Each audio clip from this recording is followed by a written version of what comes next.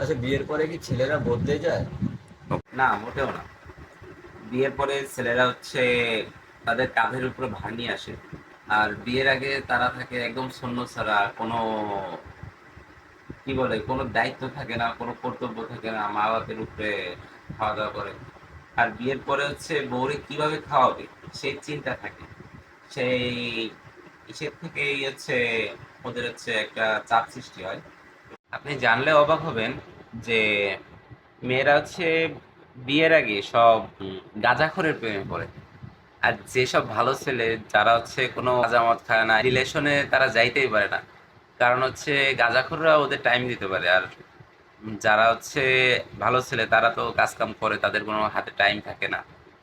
এর জন্য তাদের টাইম টাইম দিতেও পারে না। টাইম না দিলে রিলেশন কোনোদিন ভালোভাবে টিকে না।